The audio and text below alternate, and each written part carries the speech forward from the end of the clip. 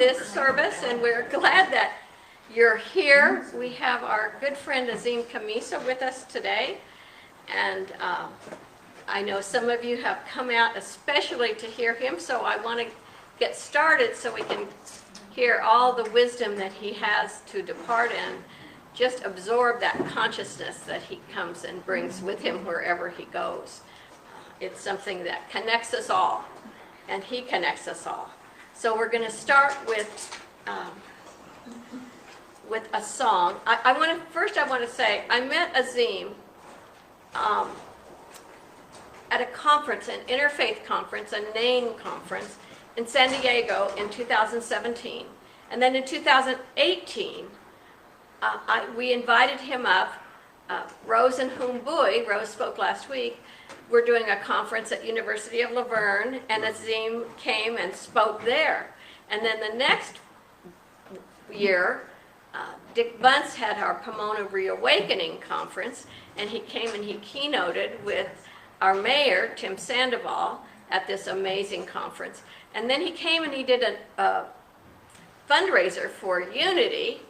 And so and then he and I partnered at the Parliament of the World's Religions and did presentations with a lot of other people. So he is family to me. And, likewise. and I am very blessed that we have that relationship. So I welcome you, Azim, and I welcome what words you are imparting to us today and the energy that you are bringing. So let's get into our song. We're opening to the flow. So let us go.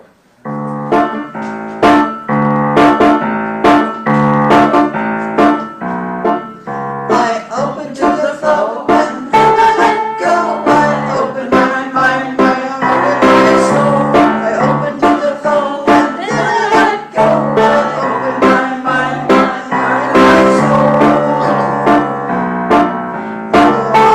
I surrender all. I surrender all. I surrender. I open my mind, my heart, and my soul. I open my mind, my heart, and my soul. I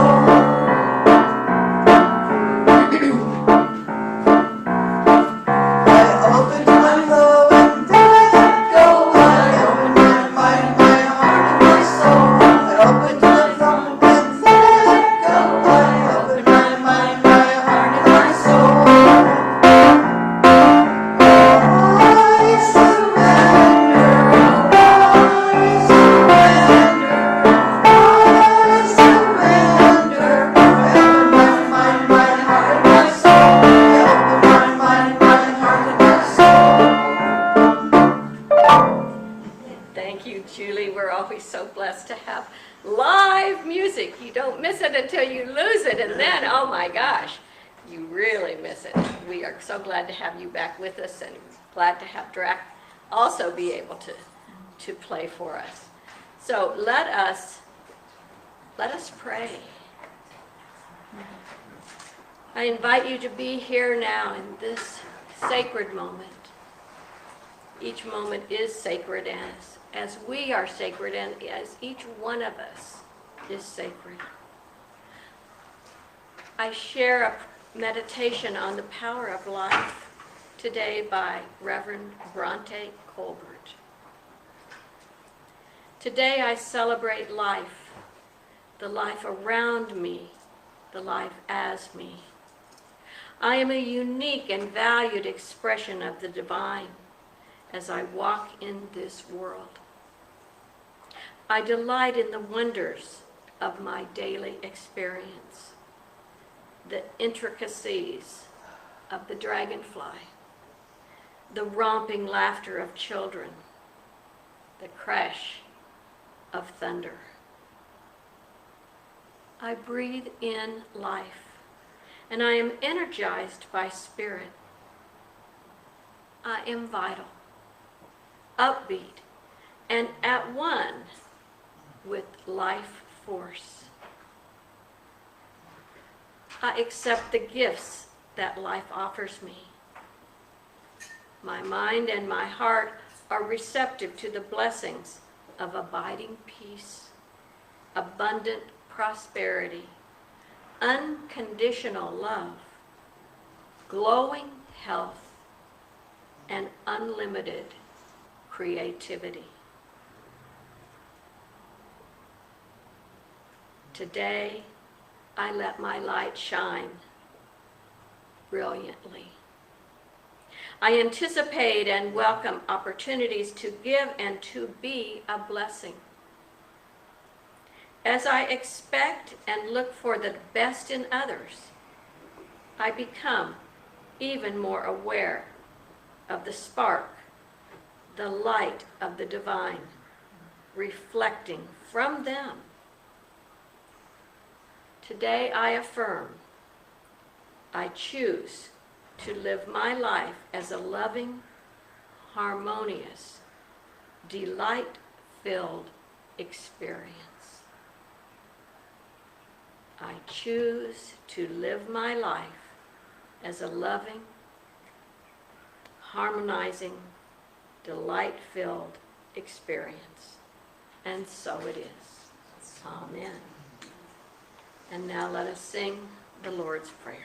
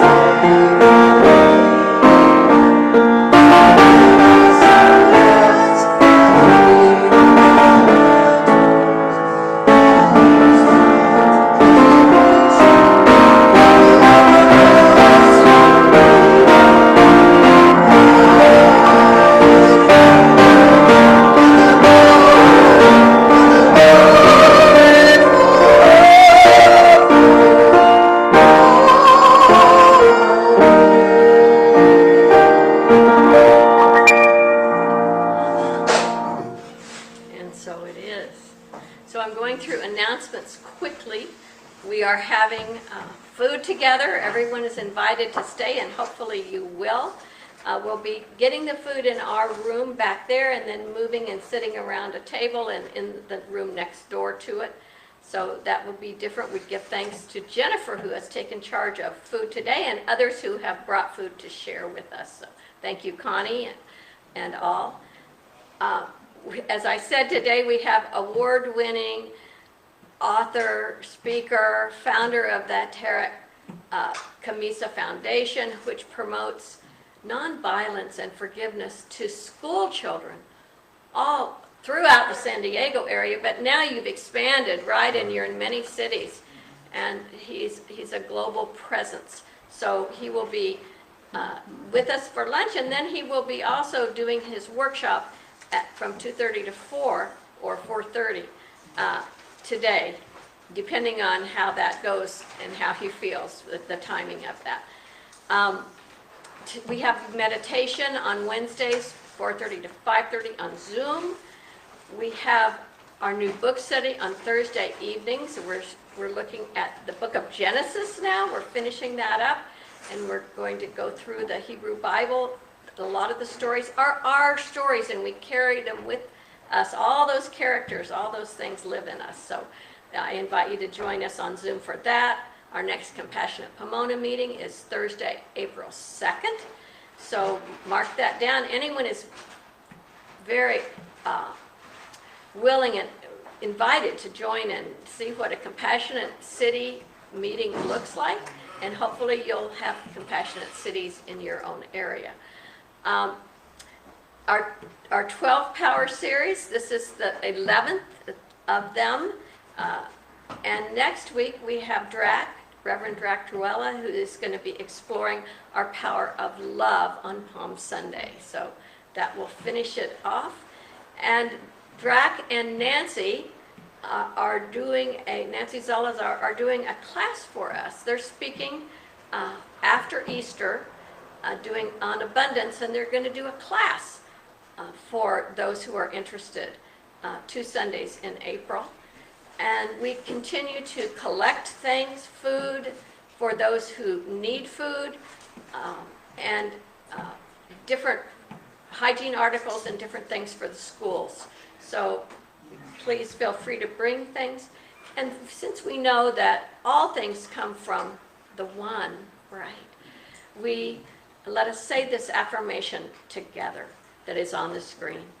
Divine love through me blesses and multiplies all I am, all I give, all I do, and all that I receive. And now we have Liz, she's got our basket. Our offerings are greatly appreciated. They help us be here now and do what is ours to do. So thank you, Liz, for passing the baskets. The last announcement is I received from Rihana Mojud, one of my Muslim friends, an invitation to announce that we can all help create peace on earth, something that we probably all want, right? And by praying together at 1 o'clock U.S. time for peace, and that energy of everybody praying together will manifest that. And so let us just take that time to set our alarms and do that every day. And I called Jackie Morrison, our board president, to come up and read her favorite reading, the Daily Word, which is also, we found out last night, one of Azim Khamisa's favorite readings, right, which he starts every day with. So come on down, Jackie. Here I come. Good morning. Good morning. The word for today is wholeness. Wholeness is the unshakable, the unshakable eternal truth of me. Let's repeat that together. Wholeness is the unshakable eternal truth of me. It is comforting to remember no matter what may happen to me in the world, I am always whole. Even during the times of illness or insufficiency, my true nature is of divine wholeness. Worldly situations will always be in a state of flux, changing and shifting in ways I cannot control. I do what I can to tend to my health and other material needs, but I do not worry over things I cannot control. Instead, I rely upon my prayer life and other spiritual practices to claim my wholeness. This is the enduring truth of who I am, whole and complete, regardless of any outside circumstance or appearance. How liberating it is to know that I am secure in God and complete at all times, spiritually perfect and infinitely blessed. And from Colossians 2:9 through 10, for in him the whole fullness of deity dwells bodily, and you have come to fullness in him, who is the head of every ruler and authority. Thank you, Jackie. Amen. Amen. Okay. So we're ready for another song. This is from our Wings of Song, and it is Life is for Living. All right. Let And it's us- a little bit corny, so let your corny spirit come through, okay? And Julie made Yeah, this I'm slide. gonna make it as corny as I can, because I'm a corny girl. What can I say? All right.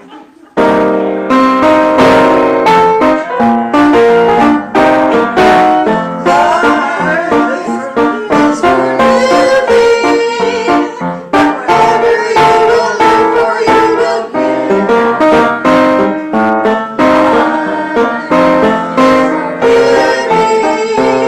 Whatever you will give, you life will live. Life is for living.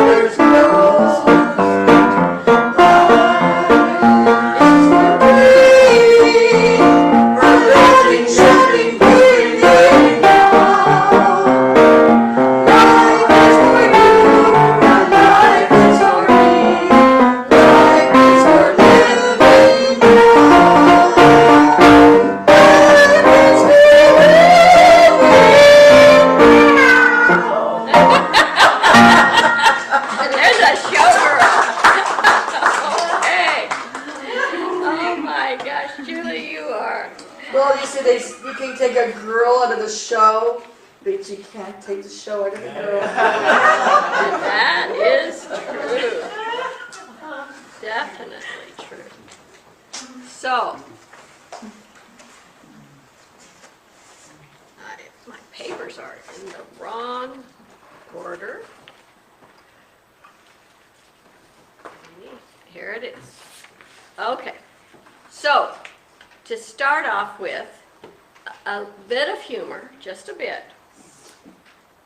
The Lone Ranger, you may have heard this one, and Tonto were camping. They were in the desert, and after they got their tent all set up, both of them fell sound asleep. Some hours later, Tonto awoke. He woke up the Lone Ranger yelling, "Kemosabe, look towards the sky. What do you see?" The Lone Ranger replied, "I see 1,000,000 stars." "What does that tell you?" asked Tonto. The Lone Ranger pondered a minute and said, "Astronomically speaking, it tells me that there are millions of galaxies and potentially billions of planets. Astrologically, it tells me that Saturn is in Leo. Time-wise, it appears to be approximately 3:15 in the morning. And theologically, the Lord is all-powerful, and we are all small and insignificant. Meteorologically, it seems we will have a beautiful day tomorrow. What does it tell you, Tonto?" Tonto replied, "You're dumber than buffalo. Someone stole our tent."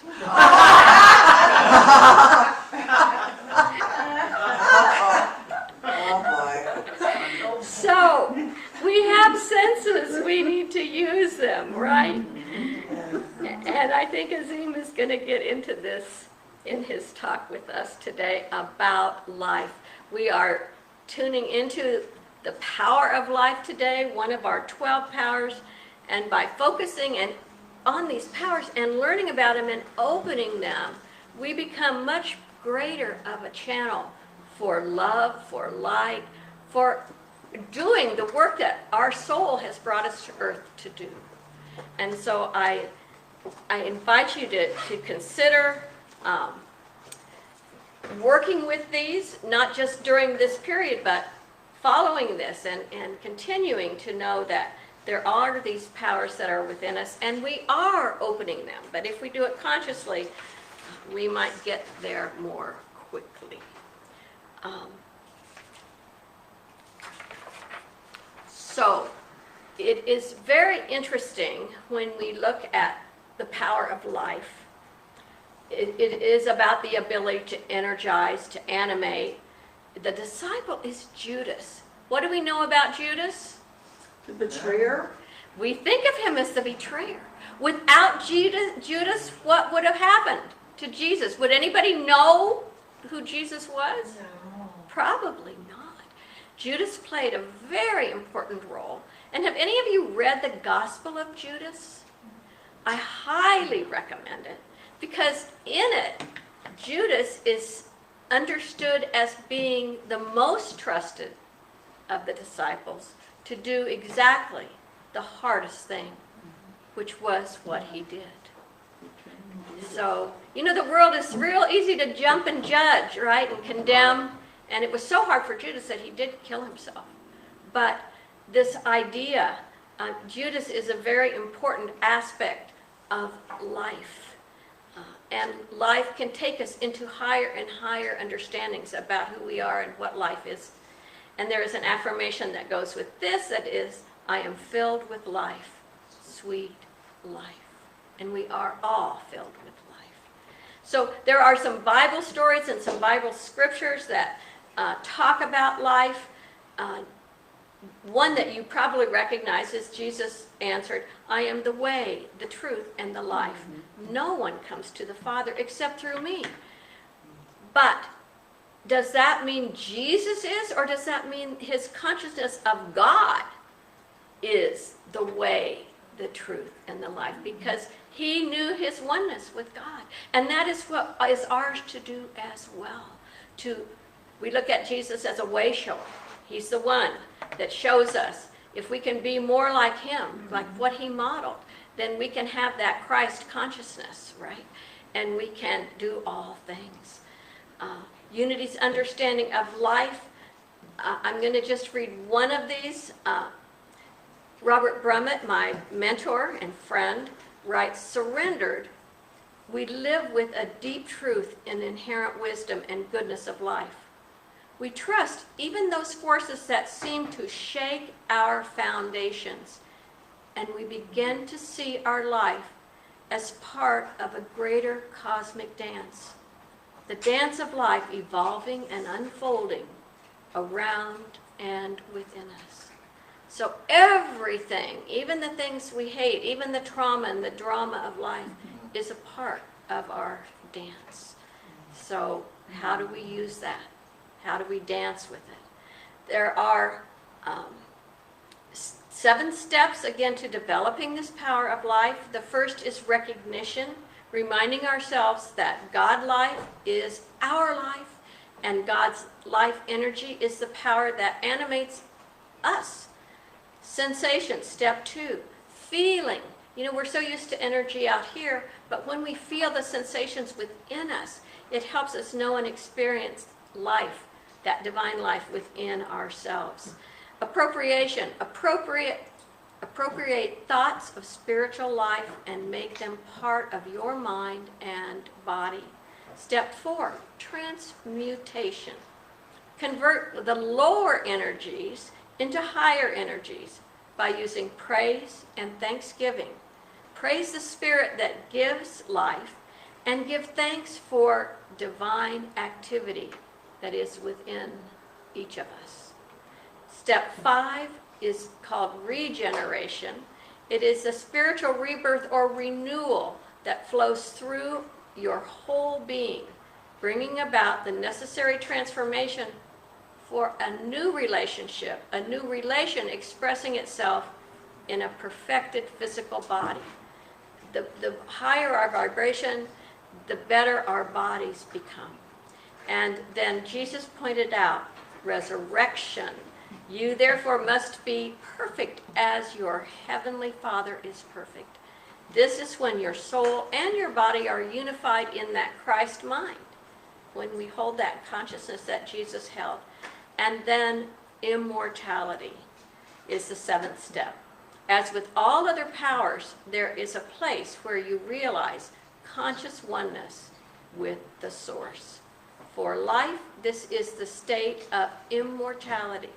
In the realization of immortality, there is no thought of life or death. Why is that? Because we realize that we continue, right? We continue on beyond what we are used to. So, steps to develop, let's see. There's one, I have a bunch of interfaith quotes, and I'm not going to take time to go read all. The only one I'm going to read right now is the one by Swami Vivekananda that he spoke at the first Parliament of the World's Religions. And he said, "Then alone can death cease when I am one with life." Is there a problem? My purse is not a... It's there. It's there with Jackie. I'll read that again. "Then alone can death cease when I am one with life." When we're one with life, we're one with everything. We are immortal, right? And we know that. So I have copies of these quotes in the back for those who are interested in that. So now I wanted to introduce Azim. And we're good on time, Azim. That's the good news. I'm flying through this. So Azim is the founder of TKF, the Azim Khamisa Foundation.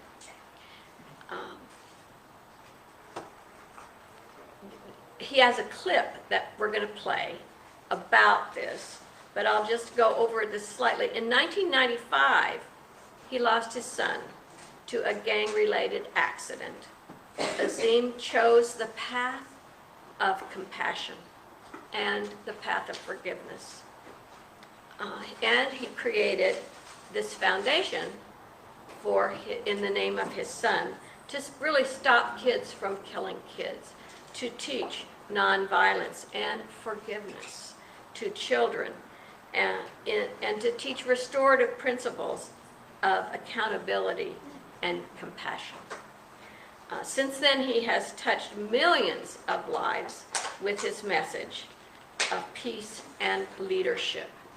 He was born in Kenya, Africa. He studied in England. He has a background in mathematics, economics, finance. He enjoyed such a successful career in international investment banking for over 45 years, and now he dedicates his life and his work to ending youth violence. He and Ples Felix, the grandfather of the boy who killed Tarek, have shared their story to millions, advocating nonviolence and forgiveness. His work, after conducting over 1,600 workshops, and there's probably more than that by now, he does keynote speaking all over the world. He is a presenter, and he is on a number of boards, including vice chair for the Institute of Noetic Science that explores consciousness. In Unity, we talk about consciousness all the time. The Baha'is talk about consciousness, right? Yes, it's a very important word. So, before I have him come up, David, do you want to get the video, the 2-minute video up?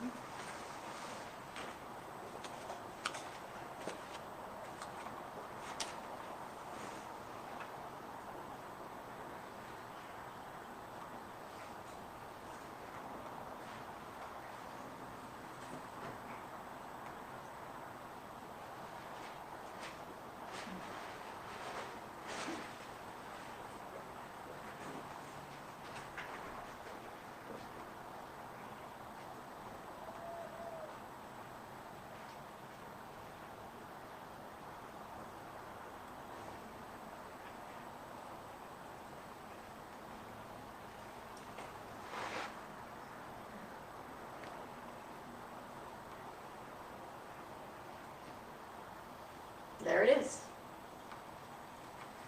The Difference Report, and the story of a man whose capacity for forgiveness is astonishing.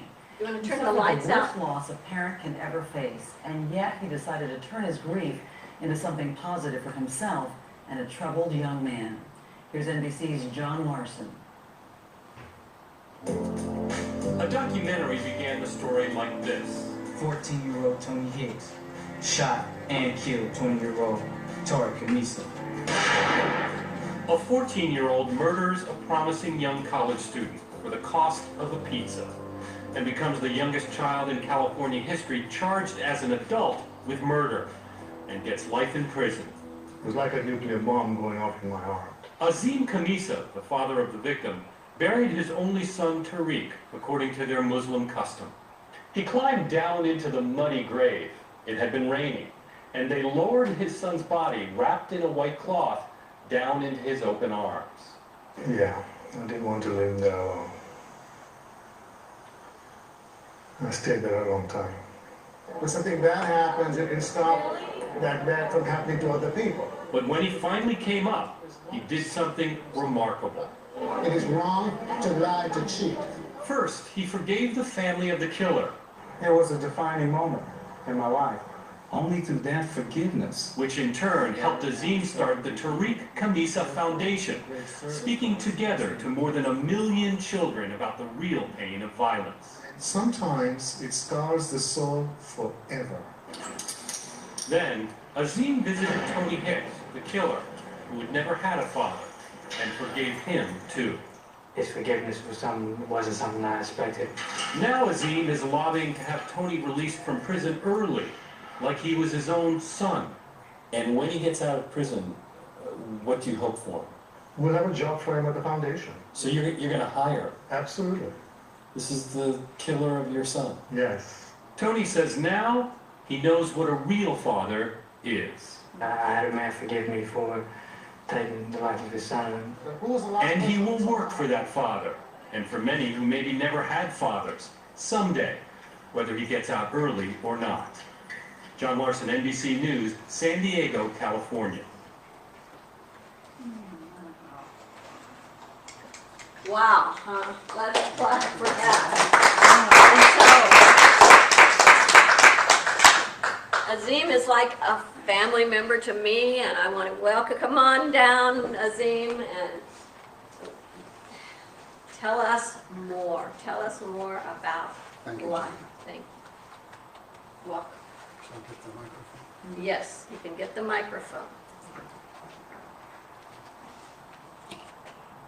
Okay. Well, thank you, Jan, and it's a pleasure to be back. Is it on? Is it on? Can you hear me in the back? Yeah. Good morning and happy spring. We are starting spring, which was yesterday, was our first day. It's a holy day. It's a Sunday, and I thought I might start with a prayer. It comes from my Sufi tradition. So I'll recite it in Arabic and then I'll translate it. Bismillahirrahmanirrahim. Allahumma anta salam wa minka salam. Walayka hay salam hina rabna bi salam. Watkilna dare salam. In the name of Allah, the most beneficent and the most merciful. O Allah, O our Lord, Thou art the peace, to Thee is the peace, and to Thee returneth the peace. O Allah, give us a life of peace and usher us into the abode of peace. Peace is very much needed in our planet, maybe except this room here. And as Jan reminded us to set our alarms for 1 p.m. to do a collective prayer for peace. And but it all starts with an inner peace. It's very complicated to be distracted by all the events that go outside of your world. Most of those we cannot control. But what we can control is what goes inside of us. The Institute of Noetic Sciences was started by Edgar Mitchell 52 years ago. On his way down from the moon, he had an epiphany. And most astronauts are atheists because they are scientists and they need proof. And we don't know that God exists, although I do believe it does. It's a higher power. But that kind of shifted him, and many scientists eventually do accept the strength of spirituality. But the overview effect, which you can actually Google, that was what Edgar Mitchell experienced, is the connection between outer space and inner space. And that is kind of what I wanted to talk a little bit about today, because the power of life comes from that inner space, from that inner knowing. We don't have to develop that, although spiritual practice can help you enhance your ability to connect with your inner knowing, which you already have it. You're born with it. The important thing that I have realized, and I believe Edgar Mitchell realized, is that it is not so much to manifest inner peace, although spiritual practices do enhance it, it is more important to discover it. One of my workshops, which I hope to bring here, it's a 2-day workshop, is called the Cellular Discovery Workshop. Because I coined the word cellular because people always ask me, we talked about head, heart, and soul.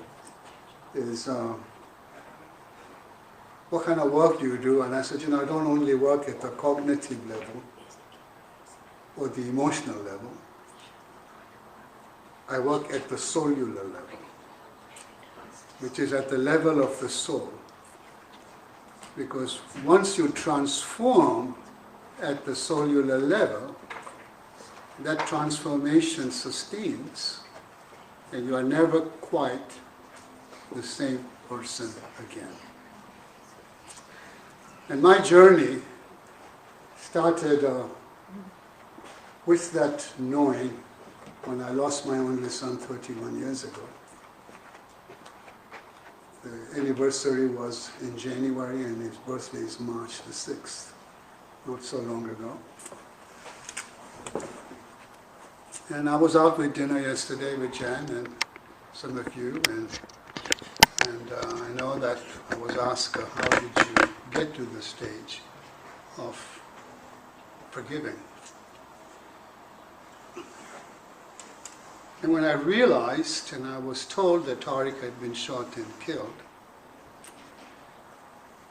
my initial knee-jerk reaction was, no, they made a mistake. He was a good kid, San Diego State journalism major, gifted writer, great photographer, inspired someday to work for National Geographic. And then I did find out that it was true.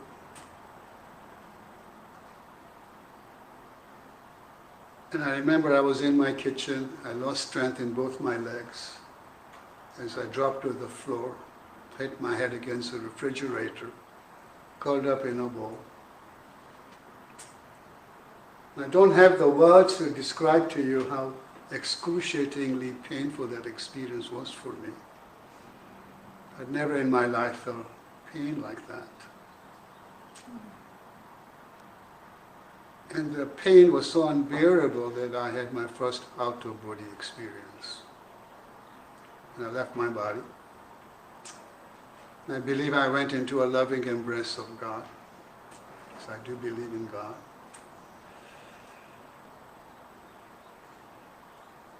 I don't remember how long I was gone for. And I've read that when victims go through deep trauma, they often do leave their body. And when the explosion subsided, God sent me back into my body with the wisdom that there are victims at both ends of the gun. Now that didn't come from my intellect, although I went to some pretty good schools in England. And that didn't come from my loving heart. It was a download from a higher power.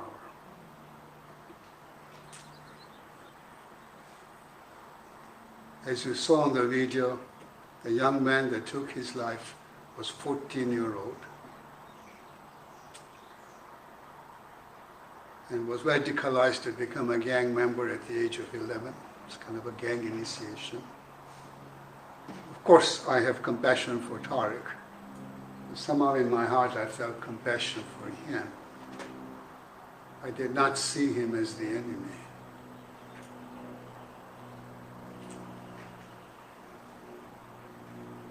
You could take the position, he killed my one and only son, he should be hung from the highest pole. How does that make a better society? Tony, I did see him as the enemy. The real culprit is the societal peer pressure that forced many young men and women to fall through the crack and get involved with gangs and crimes and drugs and alcohol and weapons. That's the real culprit. And how often does that happen? We lose a young soul in our country every waking hour in the richest nation in the world. Do we care? I do care. I paid a big price. I'm not going away.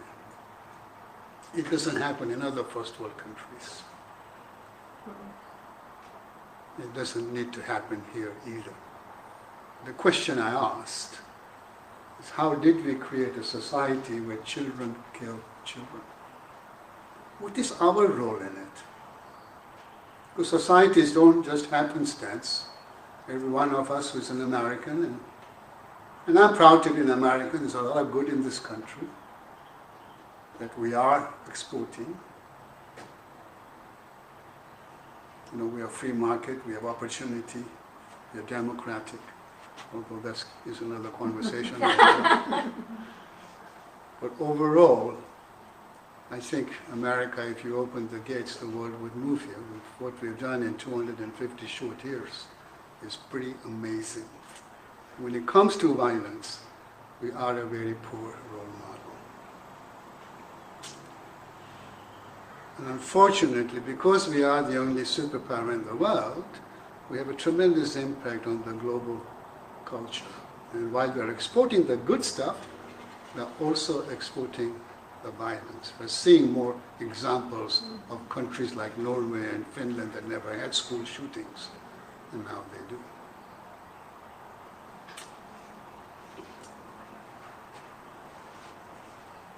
So as an American, I felt I must take my share of the responsibility for the bullet that took my son's life. Why? Because it was fired by an American child. Our child.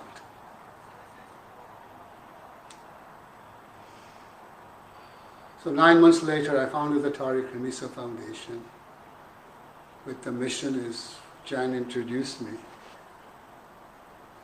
to stop kids from killing kids and teaching the principles of nonviolence, of accountability, empathy, compassion, forgiveness, and peace building. And I started with a very simple premise that violence is a learned behavior. No child is born violent. Tony wasn't born violent. But if you accept that as an axiom,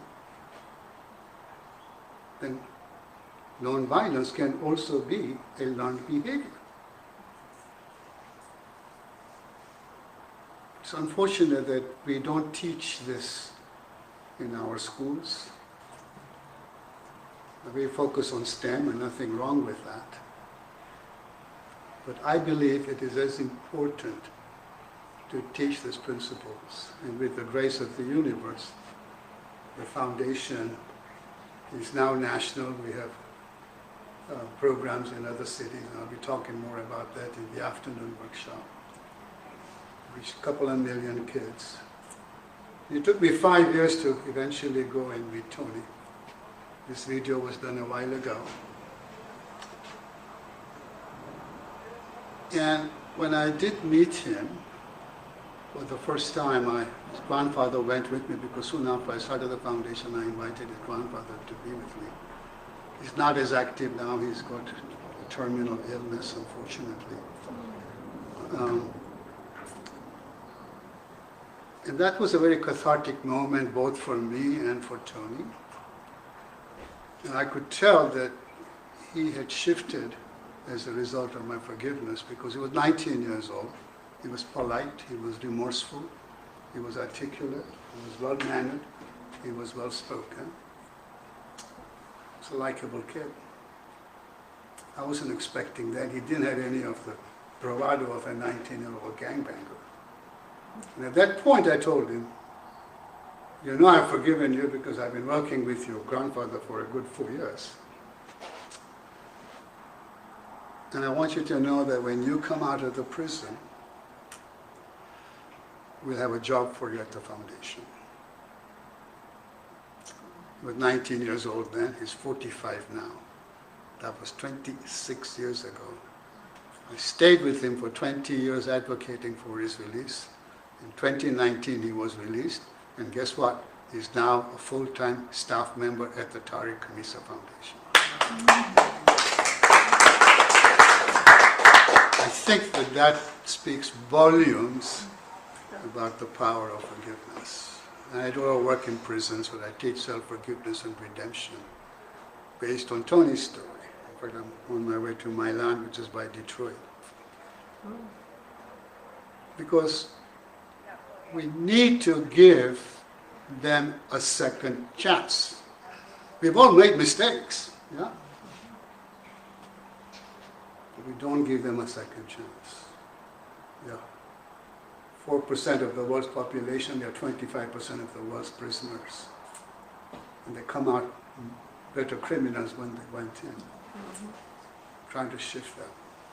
But that initial response to this whole tragedy came from my inner knowing, from my inner connection with a higher power, because I grew up in a family, in a Sufi family.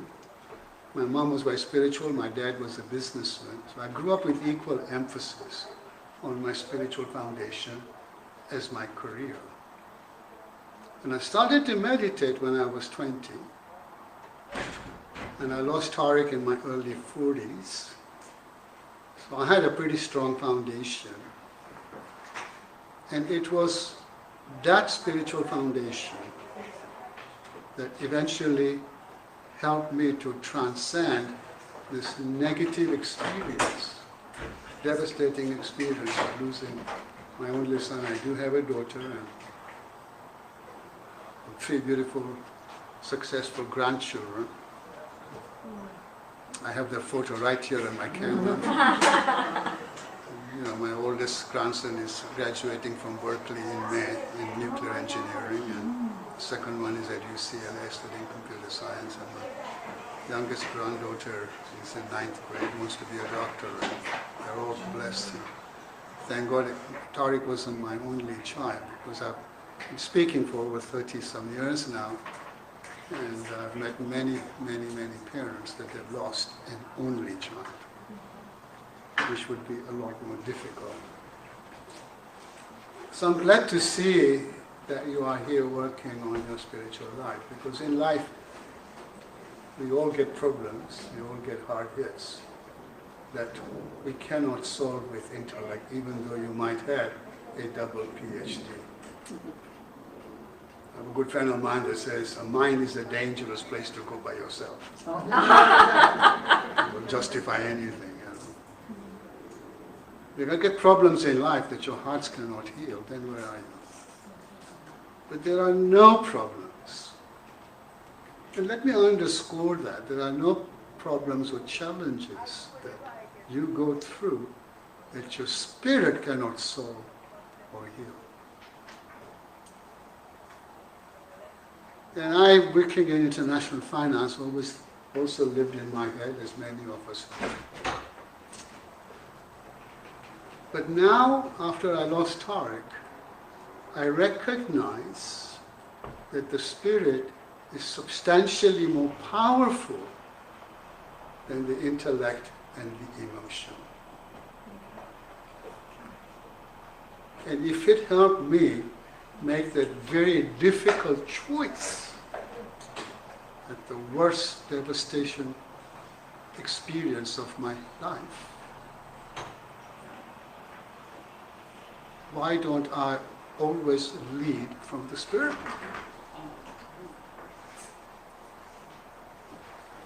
And I used to meditate an hour a day. Today my practice is 2 hours a day. I meditate 3 different times a day. I do different, my practice is different in all of those 3 different times.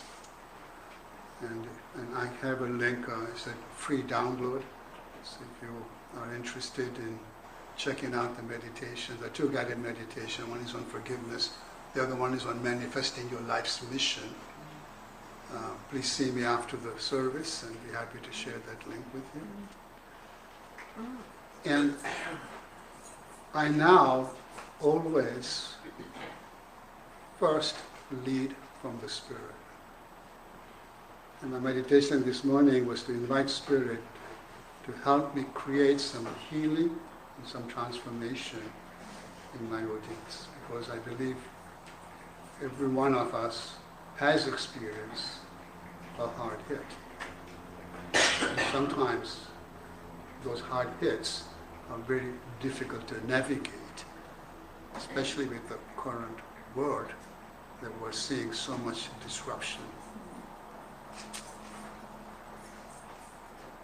But the inner peace is something that we are born with, where all the answers of the universe reside within us. You don't have to get a PhD to connect with that. It is our birthright. It is a gift that we are born with. We have to discover it. And I truly believe that once we connect with the Spirit, and you see this in many successful people that have then made choices that make a better life for them and the universe.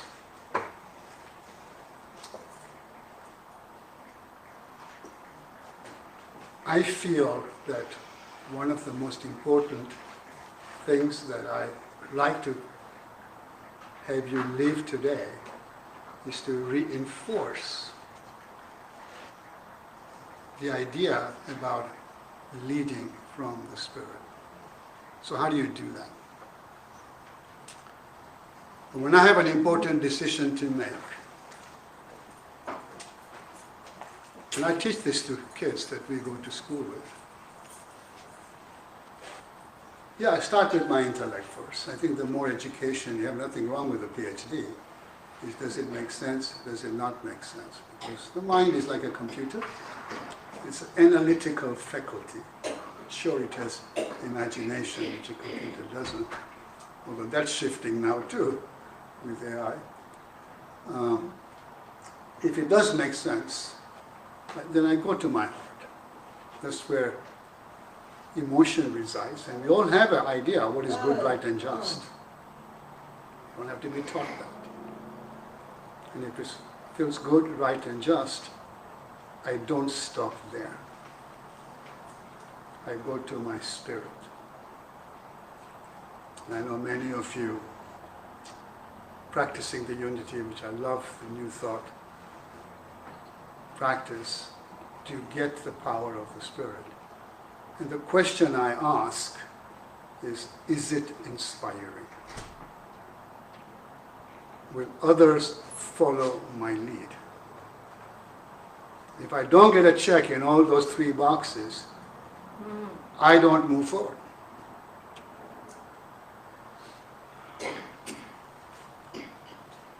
And that, I think, has helped me make better choices.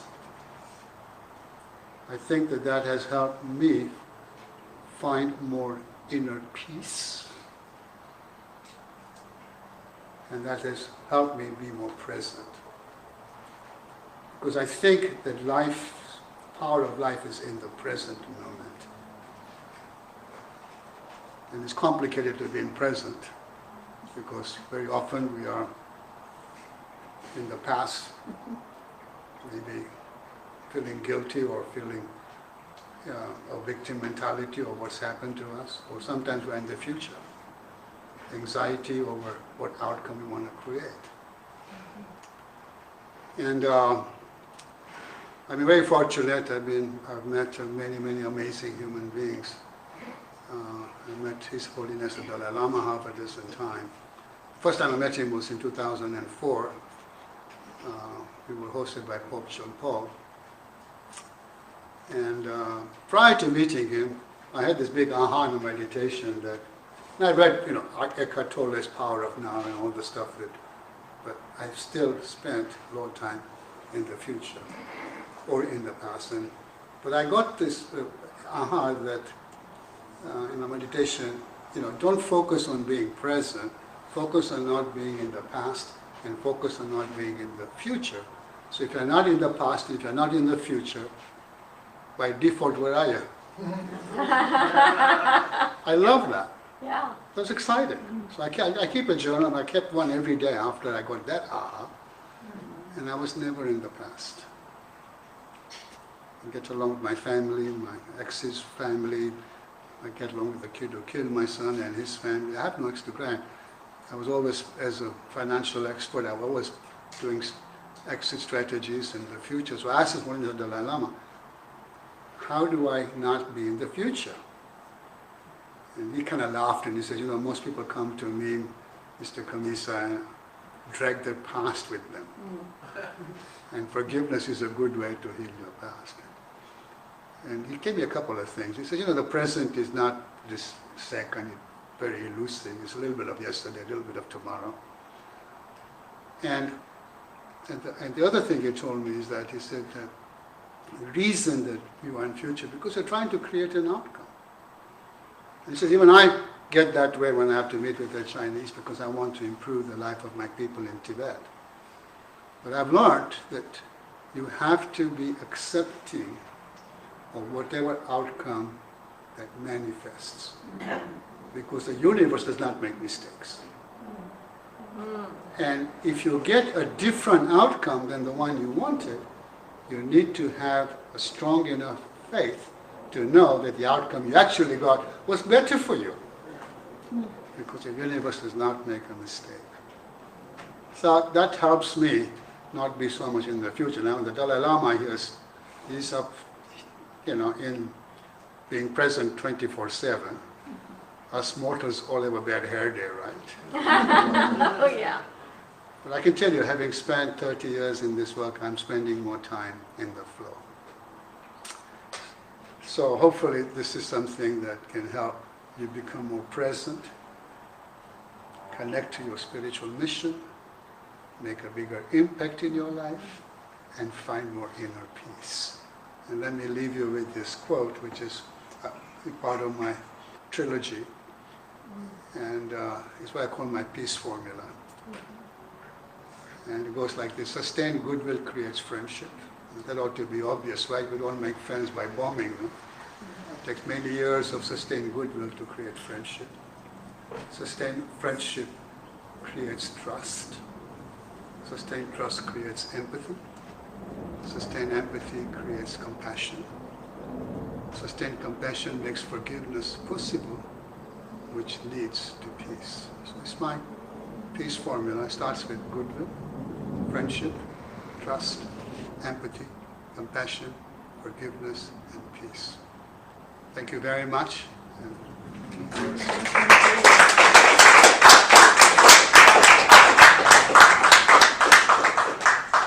Beautiful. Thank you, Azim. That was some unexpected things that I have not heard before. What about for you? Yeah, some wisdom that we can all incorporate right into our lives. So, David, we've got,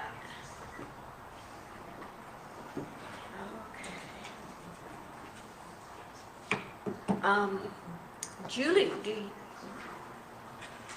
will you play something for us today? Sure. At the other church that I work at, today was the day that we contemplate the story of Lazarus and his resurrection. Jesus performed this miracle to prove that God exists, and Lazarus had been in a tomb for 4 days, and then Jesus spoke to him to rise and awake, and I played this little sonata. This is by Domenico Scarlatti, and he was an exact contemporary of Johann Sebastian Bach and also George Friedrich Handel. 1685 was the year for really great composers to be born. And Domenico Scarlatti, he came from like Bach, he came from a musical family. His father was one of the great composers of opera, and he, pretty much what he wrote were keyboard sonatas. He wrote 560 odd pieces for harpsichord then. And at the time he got a job as the teacher and composer for the Princess Barbara of Italy. And then when she moved to Spain, she took her beloved teacher with her. And I was thinking how much this was very much like the story of Lazarus. You're going to hear it's like maybe his life, the little things are like his life. And then I think you're going to hear like a rise, these very majestic, low descending bass line and this beautiful little rising figure. I think of that as Jesus saying, arise and live, and Lazarus coming back to life. So, I really like how that dovetails into our message today about forgiveness, how, we have this tragedy of death, but then we have life after that, and that's what forgiveness does for us. So, this is one of the sonatas in F major.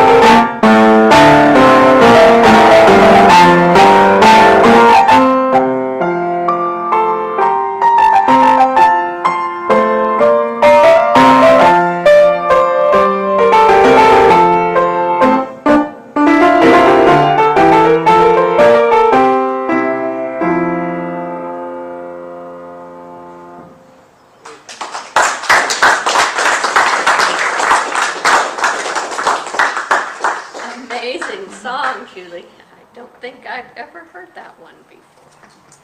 So, reminder, food, I think, is ready for us in the room, at the last room at the back. And then we'll go in and eat at the next room, and then we'll come back out. Also, Linda is there with books, Azim's books to sell, and do you have anything besides books? It's all books?